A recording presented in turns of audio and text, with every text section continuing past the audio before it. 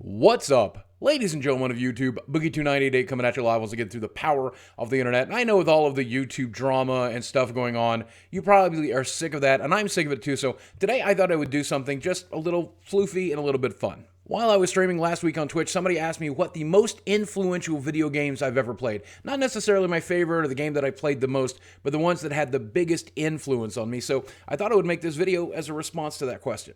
First game on this list is Pac-Man, and I often tell the story that games are not influential on who you are. Because if that were true, my obsession with Pac-Man as a kid would mean that I would grow up to be, I don't know, big and round and chased by ghosts and eating pills all the time. Holy shit, I'm Pac-Man.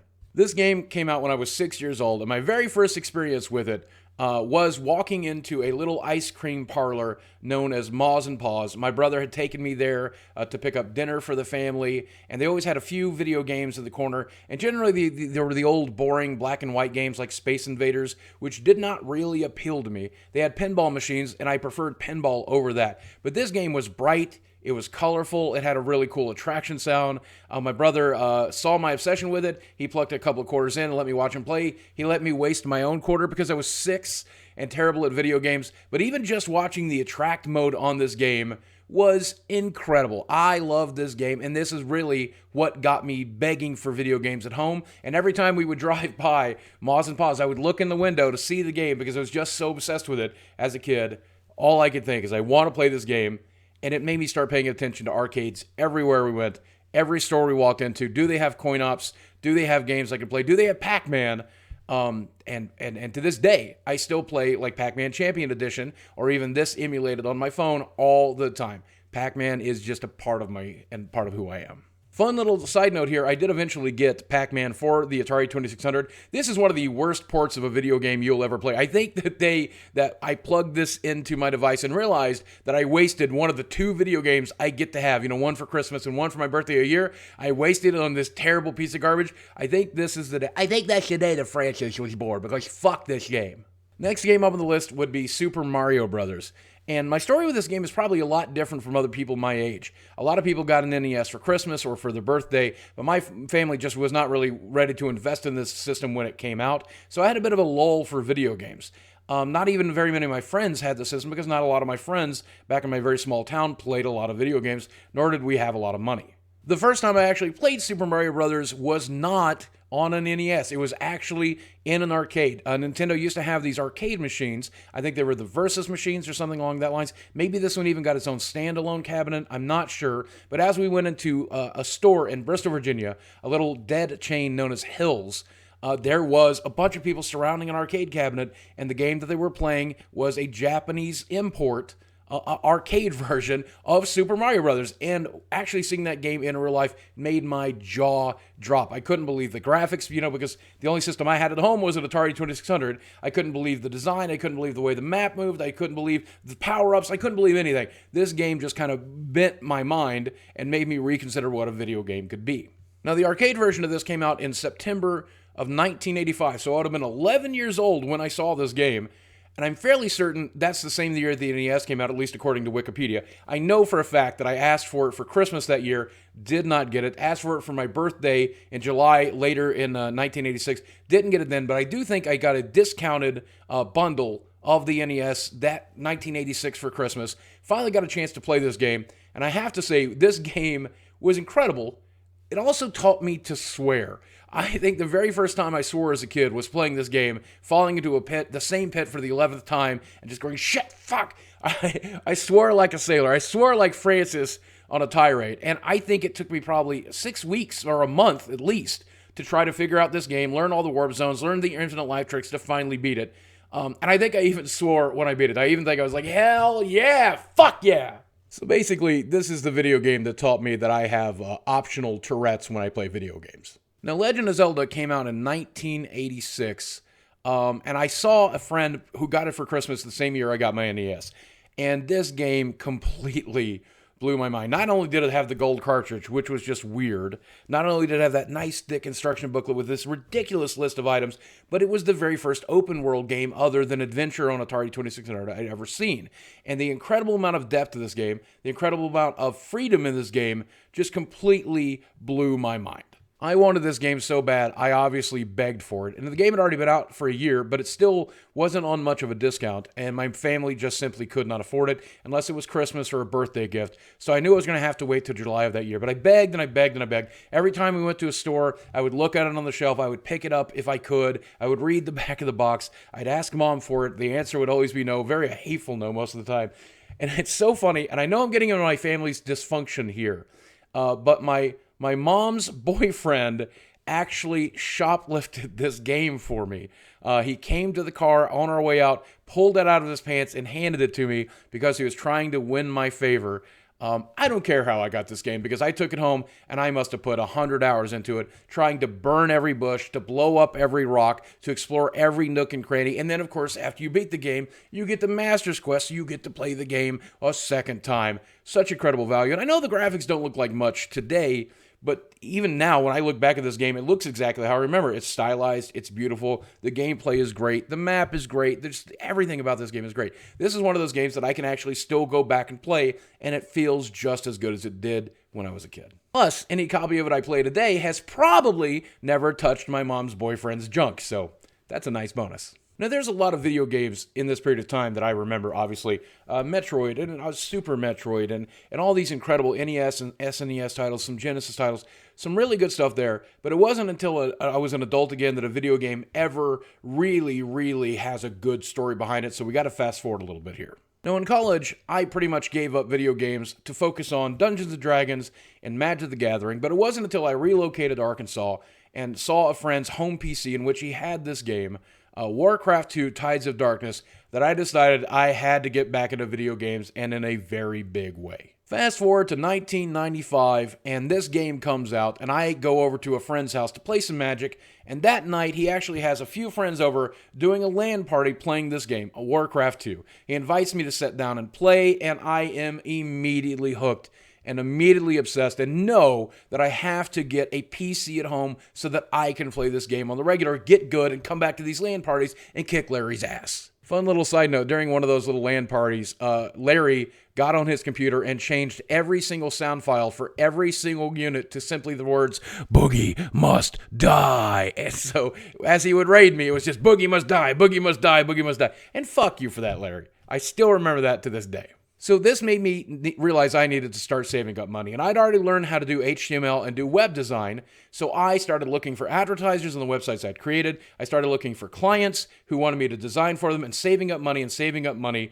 I actually ended up taking out a loan from my mother to help start that business, to buy the PC that I would not only play Warcraft 2 on, but would run a small business from my home from 1996 to about 2001 and 2002, bringing in just enough money to survive. And that's all because I really wanted to play Warcraft 2, so I owe this game a lot. But the game that got me back into console gaming and the game that got me to buy my very first PlayStation was, of course, Final Fantasy VII. And if you were alive during this period of time, in 1997, you would know that you had to play this game. If you were anybody, you had to play this game. And it remains to this day one of my favorite games and most memorable games of my life. Now, I had played and I was obsessed with the original Final Fantasy. I didn't care very much for the sequels they brought over to America, but the very first game I was obsessed with, and I knew this was kind of a reboot for the franchise, bringing it into 3D graphics and so on and so forth. So I actually marched myself up to the mall. I walked into the store and I said, "One copy of Final Fantasy VII, please, and whatever machine I need to play that on." He sold me the device. He sold me a second controller for some reason. He sold me the game, and I took it home and started playing it. Dude did not sell me a memory card for some reason, so I actually had to leave the machine on all night because I had no way of saving it. I had to go back to the store the next day to get that memory device. I don't know why he missed that upsell. I guess he was an idiot. I was obsessed with this game. I ground it out in this game. I just grind, putting 100-some hours into it. Capping out my materials, duplicating my materials, just doing everything I could, doing every little side quest, exploring every little nook and cranny, fighting every little monster, including beating the ruby weapons. The ruby weapon. The only thing I would not do in this game was chocobo racing, which is necessary to beat the ruby weapon. So I actually outsourced it. I hired a friend in exchange for dinner. He came to my house and spent like 12 or 14 hours doing all of the chocobo racing necessary to do. Thank you for doing that, Phil. Necessary to do to beat Ruby Weapon. So that's the only thing I did not obsess about in this game. And this leads me to 1999 with a video game called Everquest. And when you look at this little screenshot right here, I really do realize that this game was not immersive at all. But since it was one of the very first three-dimensional games that I ever played, and the very first MMORPG that I had played and actually liked, you might be able to understand the fact that I became obsessed with this game. This game became my life. I had gotten lymphedema the year before, had those really bad infections, and been stuck in bed, and really had not been able to travel or even work with the business very much. Fortunately, I had residual income coming in from that small business still, clients who were still paying me, advertisers who were still paying me. So I was able to basically dedicate my life to this video game, playing it almost every day, all day. 8 hours a day, 10 hours a day, 12 hours a day. I was one of those people who, if I had a baby, I would have left my baby in a hot running car because I was so obsessed with this game. The house could have burnt down around me as I was playing this game. In fact, I just dug up this picture off my Facebook. Here is me playing Everquest sometime in 1999. That is where I spent, in that chair, at that desk, in that corner of that apartment, in front of that computer. I spent the next 3 years, 10 or 12 hours a day, camping Rubicite, camping Akishas, hoarding platinum, helping run a guild, testing expansions for the developers. And damn, I actually don't look that bad in that picture. I kind of look like I do now. Holy, I haven't aged. I have a little bit of gray in my beard. That's it. Holy shit, I might be immortal. All right, guys, we got to take this raid really serious, okay? So buckle down. Let's do this. We're going to be tracking on. No, I look back at those Everquest days as some of the best days of my life, having a lot of fun. The problem is, I was kind of a piece of shit when I was playing that video game. I used that game to work through a lot of my anger and frustration and pain and the stuff that I was suffering from abuse as a kid. And I took it out on that server that I played on. And I kind of regret that to this day. So even though I enjoyed every moment of it, I do know I was kind of a piece of shit there. But for the folks who played Everquest with me and for the folks who endured me during that period of time, I hope it was worth it because you turned me into a much better person. But then comes our final video game that really, truly influenced me. This is a game that influenced my YouTube. It influenced my career. It influenced my life. It influenced my friendship. It kept me locked in my house for the better part of 7 years.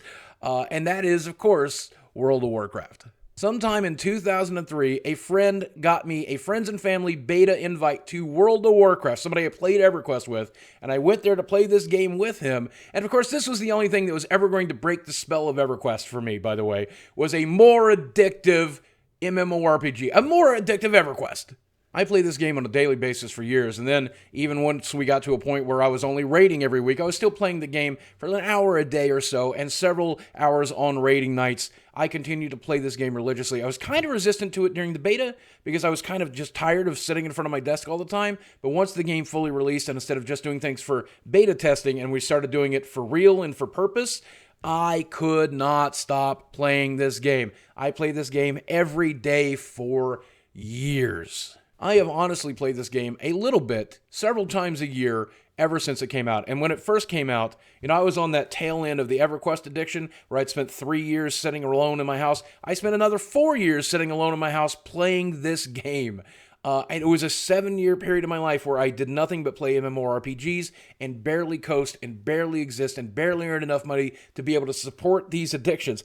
And even when, in 2007, I decided I would get up and start trying to do things for myself, get out of the house and just try to live a life, I still logged into this game almost every day and still rated on a weekly basis because this game is just kind of part of who I am. The good news is, though, World of Warcraft was not all bad. It wasn't just an addiction. It was an opportunity for me to, again, practice socialization, talk to people the same way I did in EverQuest, learn how to make friends, learn how to experience the world, learn how to organize my life a little bit, even if it was just an invisible, non-existent life in the video game.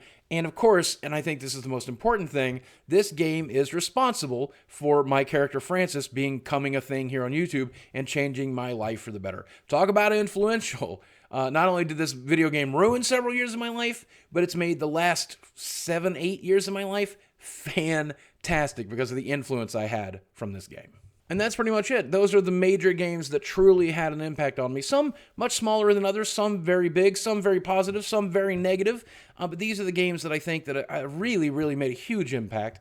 There's been plenty of other games. I played almost 75, 80% of the video games that have ever been made since I was a kid. If whether I had to borrow, beg, or steal or rent to play those games, I absolutely have, because this is a straight up hobby of mine that I am straight up addicted to, especially when it comes to stuff like World of Warcraft, which is why I try not to play it anymore unless there's a new expansion. And then it's okay to write off a month of your life, right, to explore a new expansion and spend some time with friends. That seems reasonable. I hope you guys enjoyed this video. I sure left a lot of video games off the list. Maybe there will be a part 2 if you really enjoy it. Let me know by clicking like down below. If you're not subscribed, feel free to subscribe. Leave a comment. Let me know what games are influential in your life. If any of the same games here or games that I forgot to mention, let me know. Guys, as always, thank you for watching. I love you very much, and I hope this made your day a little bit better.